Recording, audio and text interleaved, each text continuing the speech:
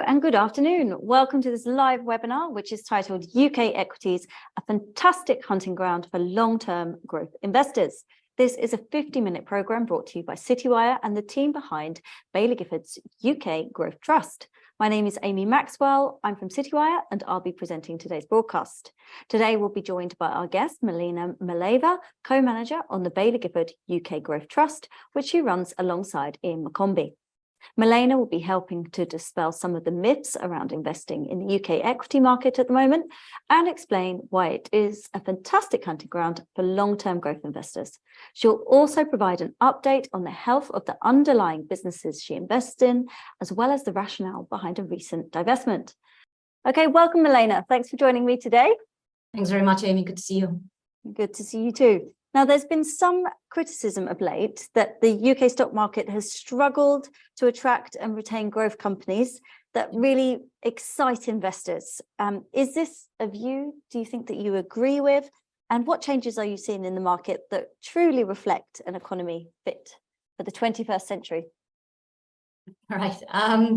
It is a view. I don't really agree with it. It's been a recurrent theme, I think, Amy.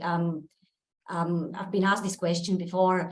I think it's quite important to actually unpack it a little bit as a question and just look underneath the surface. Because I think there's a rather unhelpful narrowing of the framing of this question, usually, in which I think growth companies get equated with rapidly scaling, often unprofitable technology companies. And I just think that's an unhelpfully narrow way of looking at the issue. Is certainly not the way Ian and I look at it. Incidentally, even on a narrow framing like this, it's not entirely true, because there have been recent IPOs in the UK of technology companies, rapidly growing technology companies. And a good example here is our own holding in TransferWise. Wise, as is now known, the cross-border currency platform, a rapidly growing company, and one also which happens to be profitable, which is good. But nonetheless, I think the substantive point I'd make is that it is unhelpfully narrow. And our view as managers, as growth investors, is that actually enduringly successful growth businesses can be found in all sorts of industries. And actually, quite often, they can be found in industries which, at face value, are not especially growthy and are not especially sexy and shiny. And really, to find these types of companies, I think what's important to do as a fundamental stock picker is really to try to develop a deep appreciation of what makes them unique. And these are features like their competitive advantage, their company culture, their leadership. These are the kind of features that will be the key determinants of success and growth being sustained over long periods of time. So that's how Ian and I would look at it in terms of answering that question. And actually, yes, the answer then is, if I look at it that way, the answer is yes, absolutely. There are loads of very exciting growth companies in the UK market. We own a lot of them, and we also don't own some of them, right? And we are interested in looking at the ones that we don't own. Very much so. And I mean, the other thing I point here is, I work in a firm which is global and invests globally, and I look after portfolios which are also invested outside of the UK. So I think I can make that judgment and have the context to make that judgment. Very often I would argue companies we own in the trust, but also other UK listed companies, they're not just as good, they are actually world leading. Genuinely world leading in terms of their proposition, their products, their management teams. So yeah, a resounding, I don't agree with the statement that the UK is not an attractive place to look for growth companies. Certainly not. Okay, and I mean, what a great remark in terms of that growth has become synonymous to to tech, basically. So Right, what yeah. you're saying is that look beyond this kind of narrow focus, and you'll find some really kind of resilient companies. This resilience is something I wanted to pick up upon, which I think has become even more important. I know you said that many of the companies are getting revenues from outside of the UK, but from a UK perspective, we are seeing inflation rising. And so the companies that you're looking at, like how do you pick companies which have financial resilience? What do you look for to withstand this quite difficult and changing kind of macro situation we're now seeing? Yeah, I mean, I think that's a very important consideration for us, because we are very long-term investors. So we will look to own companies for at least 5 years, and practice much longer than this, actually. So for us, resilience is important because they have to be able to weather, to your point, Amy, they have to be able to weather more turbulent times, whether that's just coming out of COVID and there's major supply chain disruptions, or inflation being sticky, or indeed the potential recession, right? So there always will be macroeconomic turbulence out there, and we have to invest in companies that can adapt and weather that. And I think on the whole, I look at the portfolio, and we do it. So our companies are generally quite high margin. Their margins will be much higher than the index. They generally don't carry much debt, certainly a lot less than the index. So I think they have the ingredients to be, I'm not going to argue for a second that they will be immune to a macroeconomic downturn. They won't be. But it's just that I think they can come out on the other side in pretty good shape.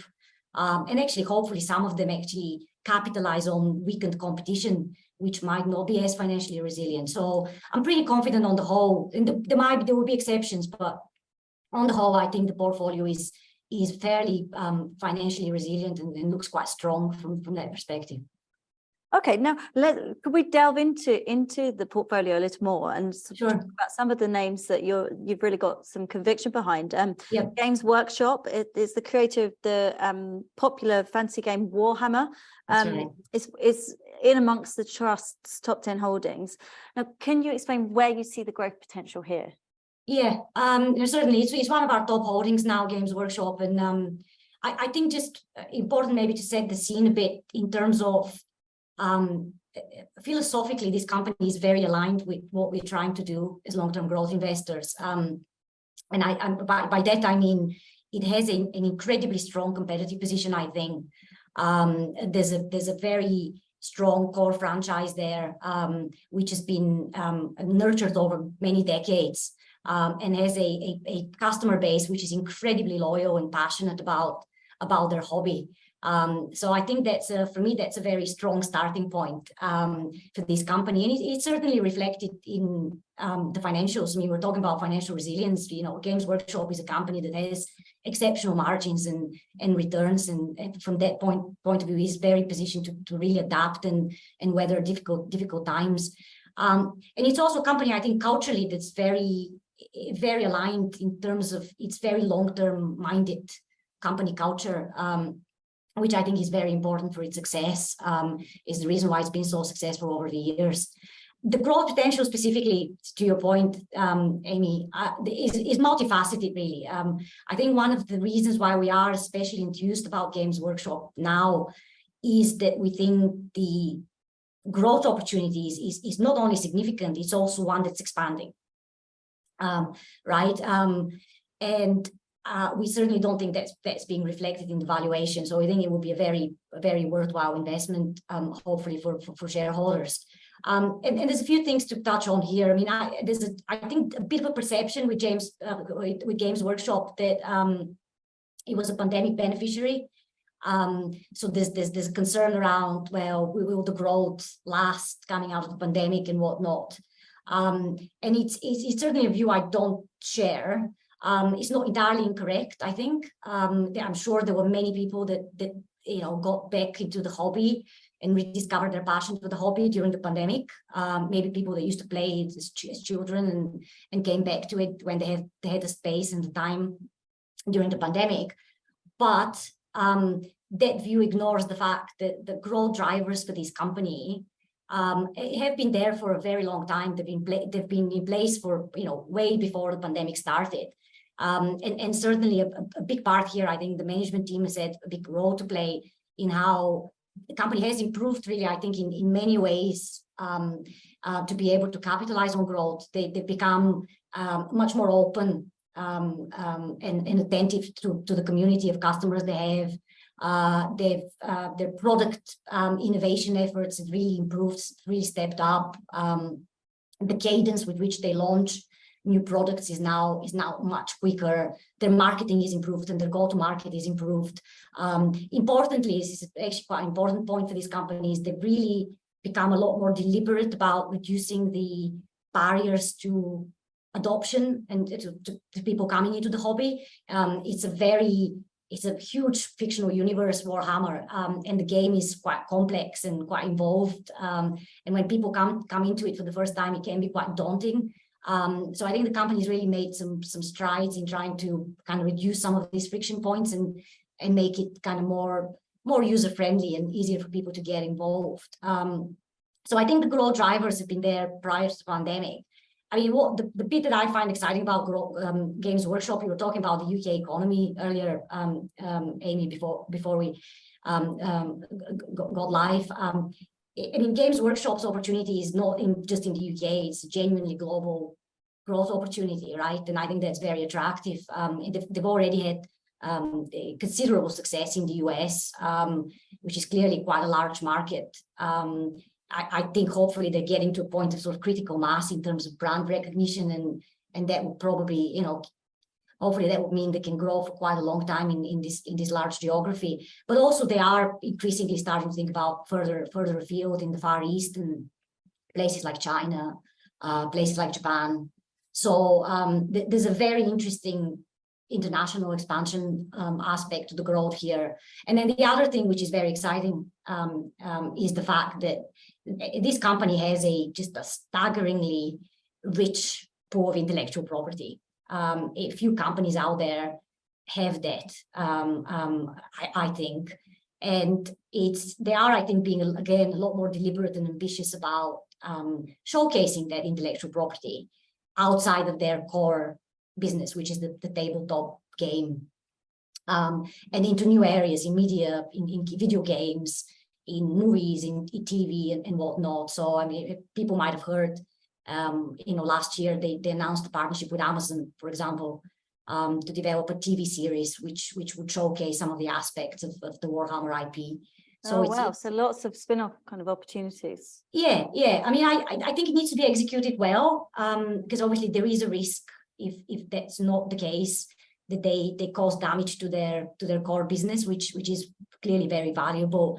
But I think the management team are, I think they're quite cognizant of it and quite thoughtful about it. And if they do it well, I think the upside is that actually you introduce, by bringing it a bit more mainstream and in new formats, you are introducing more and more people to the hobby. And I certainly didn't know anything about it before we got invested. Now I imagine you're steeped in knowledge. Massive cultural shock, but I must confess I've really grown to appreciate just what a multifaceted and just unique thing it is.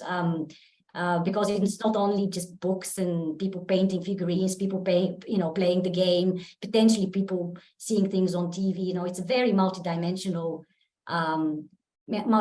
activity, and I think that's what makes it just makes it very exciting, I think, and hopefully for fans and hopefully a rewarding experience for shareholders in the business.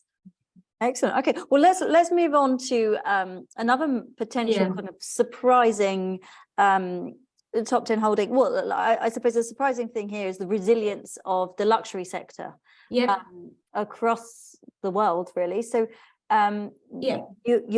you hold fashion house Burberry within the top holdings in the trust. So I'd be keen to sort of understand what your read is on the luxury sector, what's driving this stellar run, and how long do you think it can continue, and is that propping up the case for Burberry, or is there something else at play here? It's always tricky to know what exactly is driving things in the short term. But you're right. I think the whole sector has been doing well. I think a part of it must be the fact that as you say, Amy, the luxury brands are perceived as, and obviously that's not without justification, they're perceived as fairly resilient, right? In the sort of context of macroeconomic worries and inflation and potential recession, luxury brands are seen as very resilient because they have strong pricing power. So that certainly would be one aspect of it, I think.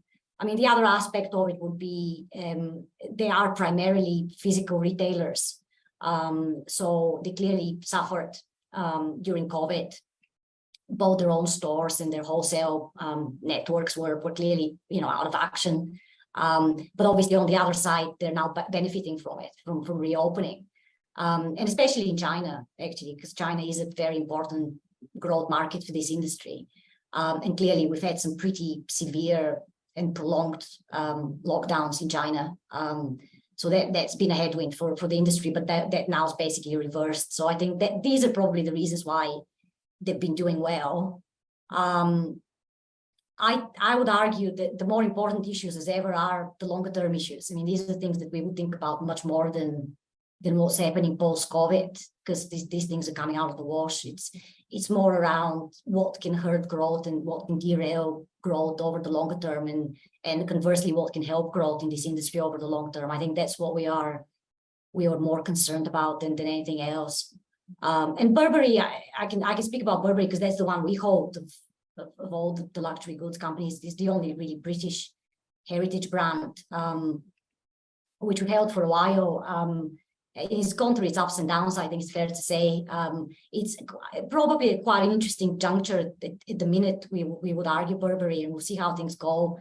But they've obviously made some very significant changes over the recent past in terms of their strategy to elevate the positioning of the brand, and to bring it more in the high-end luxury space. Some big changes in pricing and product and distribution footprint, which have actually been quite financially painful in the short term. Well, not the short term, a number of years now, but probably not, I'd say definitely strategically the right thing to do for the brand. So the question is, on that platform now that they've said, can they build on this and drive growth and importantly improve the margins of the company, which are lagging relative to a lot of its European peers. Okay, so the interesting point there then is that they were quite early to act to kind of rationalize the business and improve efficiencies before inflation really sort of took hold. So yeah, they're probably going to come out of this period on a stronger footing than many people who are just starting to make adjustments now. I hope so. I mean, I think they were lagging in many respects relative to other peers, but it has been something that's been going on for a number of years prior to the pandemic, and it's been quite a comprehensive I guess strategy to elevate the brand. The COVID period certainly didn't make it very easy for them, because they're still in the midst of doing it. But hopefully, as you say, now on the other side, they can build on that and really drive growth. I think that's quite important from here. There's a relatively new management team there, a new chief executive and a new creative director. So hopefully that team now can really drive momentum in the brand. Okay, so talking about the luxury sector, now let's move to further down the scale, because you have been holding clothes retailer Boohoo for a significant period of time, which I mean, it's no stranger to controversy, and you're still holding it. So kind of what gives you confidence to continue to invest in Boohoo, which for viewers maybe who may not kind of be aware of what's been going on, it has become under intense scrutiny for some of its workers. So do you want to expand on that and tell us why what gives you confidence in the stock? Yeah, no, certainly. It definitely isn't strange to controversy. What's been it's been also a pretty poor investment, unquestionably. I think that one of the main reasons behind that, it comes back to these short-term versus longer-term issues, right? I mean, the shorter-term issues have been around COVID and having benefited a lot during COVID from physical store closures, unlike all other online retailers. It's been very challenging on the other way, because demand has normalized quite quickly. And also there's been all sorts of costs going into the business from supply chain disruptions, right? So particularly logistics, but also raw materials and customer acquisition costs. So plethora of costs have gone up a lot, and the short-term profitability has been very badly impacted by that. So I think that's been the reason why it's been a poor investment over the recent year or so, really. But to your point, Amy, the longer term issues that we worry more about are things like their supply chain failings, which have been there for a while, but really were uncovered in 2021. So that's something that we've worry much more about than that roller coaster period of COVID and out of COVID and in COVID and whatnot. I mean, different people will have different views on that. I think the company has made genuine efforts to address the failings.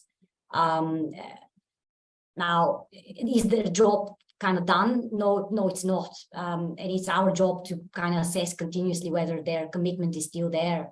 But I think it's been a painful lesson for them, and I think they've genuinely faced up to it and try to really improve significantly, and have improved significantly. But it's not something that will all of a sudden stop being an important issue for us to consider. I think it's very important to continue building conviction that they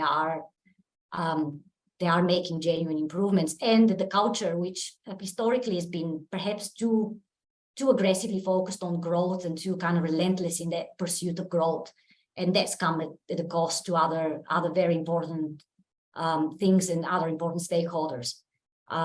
So that's one of the issues where I think we have confidence that the company has made changes, but it's something to continue to monitor and assess.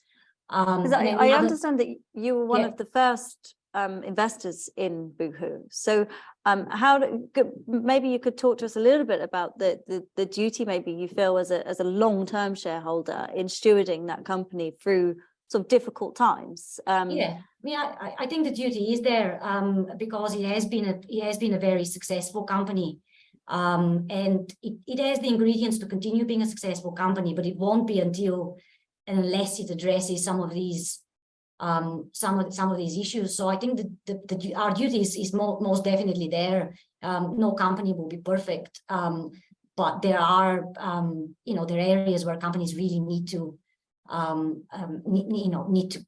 have at least not minimum standards. I mean, I'm hoping that this company will have more than just minimum standards and more than just table stakes. It would become leading in some of these areas, but so yeah, I mean, our stewardship there is, I think, important, and our challenge is important, hopefully, and helpful.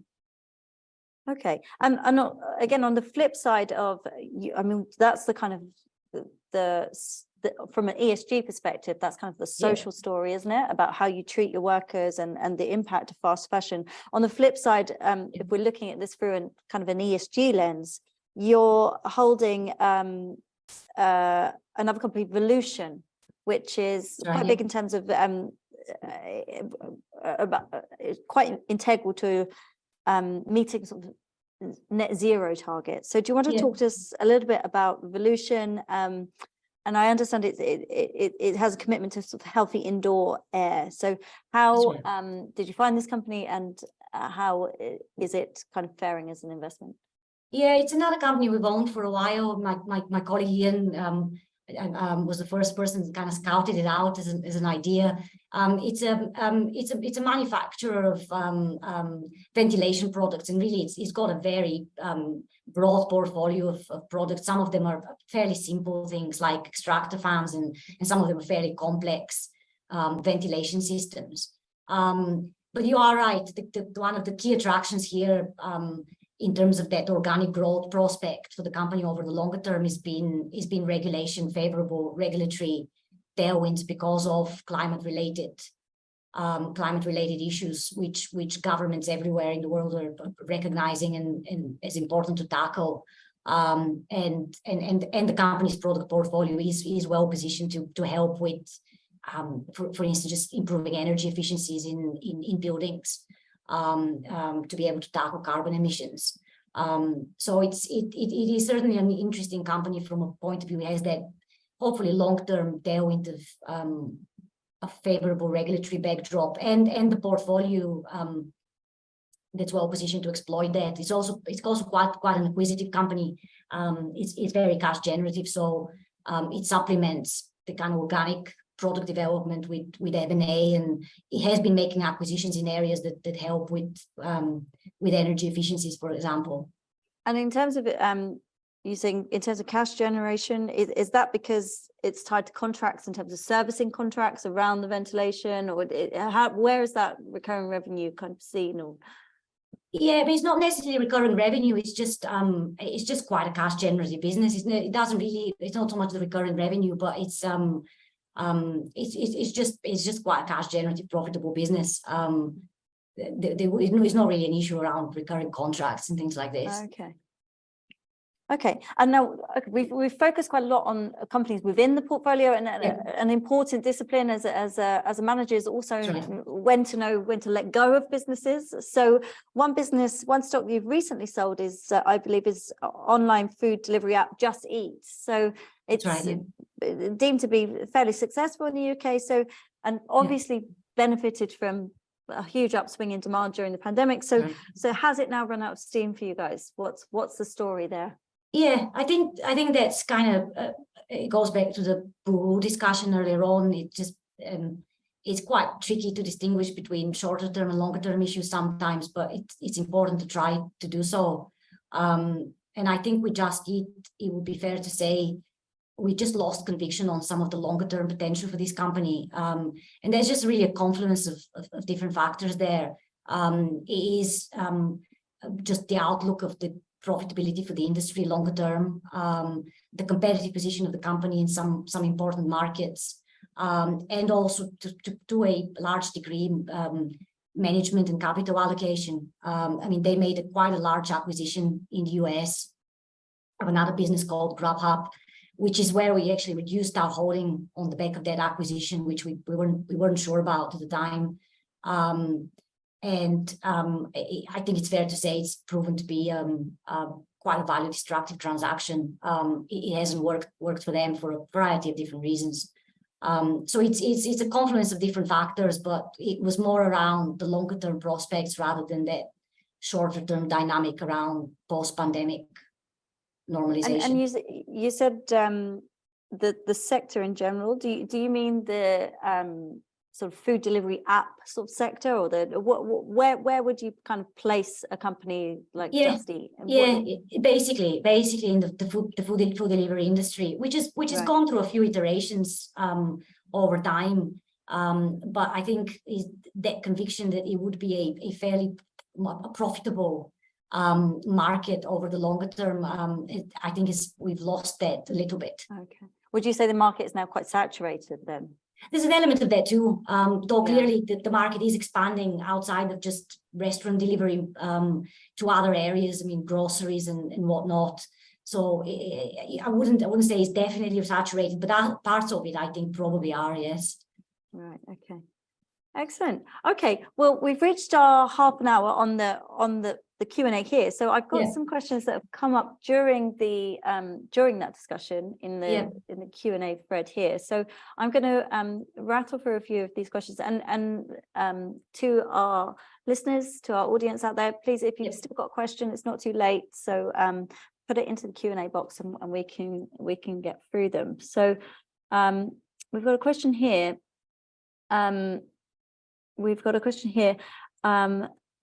In terms of which asks about, the unlisted equities. So I know there is a section of the portfolio where you can kind of look at more sort of private businesses. So the person here is asking, when are you going to invest in unlisted equities, particularly for growth such as TransferWise or SpaceX? How exactly do you know that these okay, so it's a question. It's really a question about unlisted equities and your approach to them. Yeah, we do have the capability to invest a certain proportion of the assets of the trust in listed equities. It's up to 10%. We have currently only made one such investment, which is a very small holding for the trust in a very early stage company called Wave, which is an artificial intelligence company in the autonomous driving space. We think it's doing some pretty interesting things in trying to crack what's been a pretty intractable problem in terms of solving that autonomous driving challenge. So we've invested in that, but it's unashamedly a very early stage company, so it's in a fairly small way, very small investment for us. And we will look for other opportunities. I mean, we are looking for other opportunities in the unlisted space, which for us it's quite important that they bring us something that we genuinely can't find in the listed markets. So things like Wave, for example, I think that fits that description. So yeah, we will certainly continue to look at interesting opportunities in the unlisted space, but for now it's really a very, very small part of the trust assets, which is invested in one. So it's kind of that 10% to really experiment with and to kind of test the waters of very nascent industries. Yeah, exactly. Things that are genuinely, they just aren't there in the public markets currently. I mean, we've looked at a number of opportunities in the kind of the new energy associated with new energy transition technologies. We found that quite difficult to find investments in the listed space there. I think it would be fair to say in the UK that there are some, but not many. So we've come across a few interesting private companies in that area, which we've not progressed, but it's certainly, that's one area where I can argue, you know, look, there will be some interesting private assets to consider and try to get to know and potentially invest in. Okay.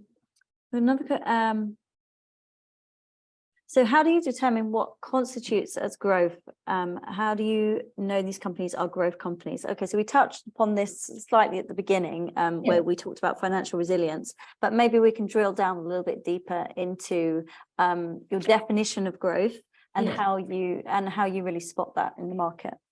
I think we look at growth. What we're looking for is just enduring growth in both revenues and profits. Ultimately, I think that's what you're looking for. And the point I was trying to make is that you can find that anywhere in any sector, in any company, right? Just to give you a point, I was having this conversation with somebody yesterday on a company called Ashtead, which we own in our portfolio, and which we've owned since the crisis, since 2010, in our UK funds. So for a very long time, and I've got to give credit to my co-manager here, Ian, because Ian was very brave back in the depths of the financial crisis to buy Ashtead. But Ashtead is essentially a plant hire company. You know, it rents a kit to originally primarily to the construction industry, nowadays to other more kind of MRO type activities, maintenance and repair and operation type activities. But anyway, it's rental for construction. It doesn't really scream growth, right? If you look at it the first glance, but it's a company, if you look at the earnings, it's compounded since the trough in the crisis, and it didn't have a great crisis, it's a cyclical business. But since then, it's compounded earnings at, you know, something over 60%. I mean, it's not many technology companies have done that. So, and the reason why it's done it is because it has some pretty, whilst it's a cyclical company and will continue to be a cyclical company, right? That I won't argue that it won't be.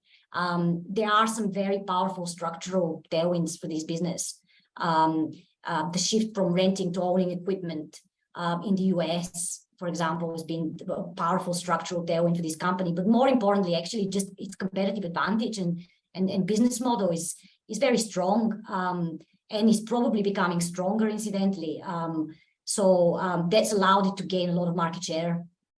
So yeah. There's a couple. I suppose that was quite a contrarian move then in the middle of the financial crisis, where buying up a business which was focused on construction when nobody could get any financing to build anything, to build a kind of to invest in a company which hired out construction equipment was quite contrarian. So Definitely. There's full credit to Ian for being the first to take the plunge. That's definitely important. The timing, you can argue it's important. But what is in some ways just as important, actually, I'd argue, is the fact that we've stuck with this company ever since then. So it comes back to, I think the strength of our approach is because we are very patient, and when we identify a company we think really has the ingredients of enduring success, we would stick with it, right? We will stick with it through ups and downs. And there's been many times, Amy, I tell you, where there've been conversations about Ashtead and the cyclicality and worries about the valuation, and it's been tempting to sell it on more times than one. But we haven't, and I think that's been a good thing. It would be a mistake to sell it.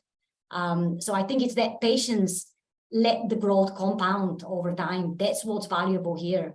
It's important to appreciate. And I imagine where is a concentrated portfolio as well? You have got companies jostling for position, That's I right, imagine. yeah. So it's quite.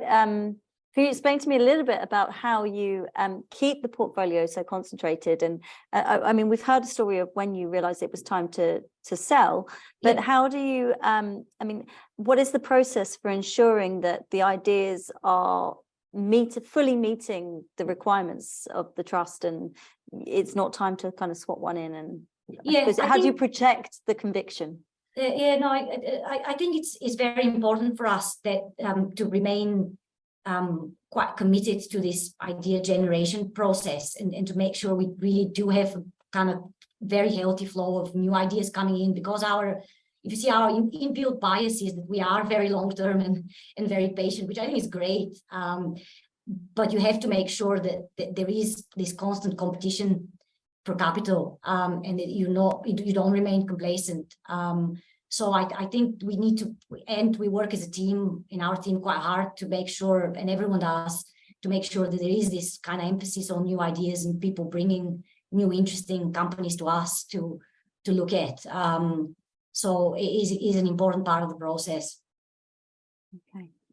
I suppose you also have to sort of challenge each other as well to on the validity of an investment idea, and it has to, I imagine, bounce off lots of people before you can start making inroads and start putting kind of money down and setting up meetings with investment teams. And we do that, and I think that's very important, and for us it's very important to I think we have a culture in our team, in our group of people, that it's pretty it's open to debate and challenge, and everyone likes to have a good argument on things. So I think we need to maintain that, and it's quite important to have that challenge in existing ideas and new ideas, and I think it's a strength of ours, but it's one we obviously need to nurture. So okay, we have spoken about Volution Group previously. That's about the ventilation. We've got a question here. One audience member is saying it's down 20% in the past month. I believe it's currently your largest holding. Can you speak about this? So I suppose this goes to the point about being long term and weathering these ups and downs. I think so. I think it's just whilst there can be quite uncomfortable periods in which companies can go down a lot in the short term, and it is very uncomfortable, don't get me wrong, but I think that's where it's important to remain consistent and have an honest appraisal. Do I think the long-term fundamentals here are strong and compelling enough for me? And if the answer is yes, I think it's important to have the resolve and the courage to remain invested, even if the stock is down 20%. Sometimes, a lot of our holdings will be down more than Volution, to be honest, Amy. So I think it's quite important. Don't remain complacent, and by all means, we'll make mistakes, and we hopefully learn from those. But if we are satisfied that things are broadly on track and things are going well in terms of the longer term outlook, then I think just weather the short term volatility. I think it pays off in the long term, but it's certainly not easy in the short term. No, I don't. We've got another question that's just come through, talking about how an investment decision is made. How do you resolve arguments to and fro? Are all opinions resolved before a decision is made? Okay. Are all arguments resolved before decisions? That wouldn't be possible. I think if as ever, if there were substantive, strong arguments against, I think the onus would be on whoever is keen on the particular idea to really go and do, you know, follow-up work and do some proper thinking and be able to address some of the concerns. But it's important, and I think Ian and I do this well between the two of us. You know, we back each other, right? I mean, I won't necessarily get all, you know, all of the stock ideas Ian has, and sometimes I will be keen on things that Ian might not see as much as I do. But it's important to back each other in a team, because sometimes, you know, the more controversial ideas sometimes can be very rewarding. You know, not many people would have been banging the drum on Arstead in 2010, but right. But it's clearly been a very good decision. So I think it's important to give ourselves the backing and the support when somebody is really keen on something. Okay, and finally, there's another one that's come through. We've heard here about an ESG angle in terms of Boohoo and Volution, but is there a more focused process in terms of ESG sort of screening within the trust? We don't really believe in screening things in generally, not just around ESG, but there is I'd like to think a very rigorous process around ESG. We have a specific, we have a research framework, a set research framework, which we follow when we write on new companies and existing investments. And that framework has a specific question on sustainability, the risks and opportunities coming from sustainability. So that's very much within the investment process. And then we have within our team, very much as part of our team, we have two very talented people, ESG analysts who work with us and who give their own independent perspective and input on these matters before we discuss any given company. And they're very much involved in the whole process, and we do meetings together, and we work very joined up in a very joined up way together. So I'd like to think, yes, there's a pretty rigorous and thoughtful process behind the way we go about it. Excellent. Okay. Well, I think that's all the questions that have come through, and we are nearing the end of our time. So all that's left to say is thank you to our audience for joining us this afternoon, and thank you, Milena, for all of your insights on and your update on the UK Growth Trust.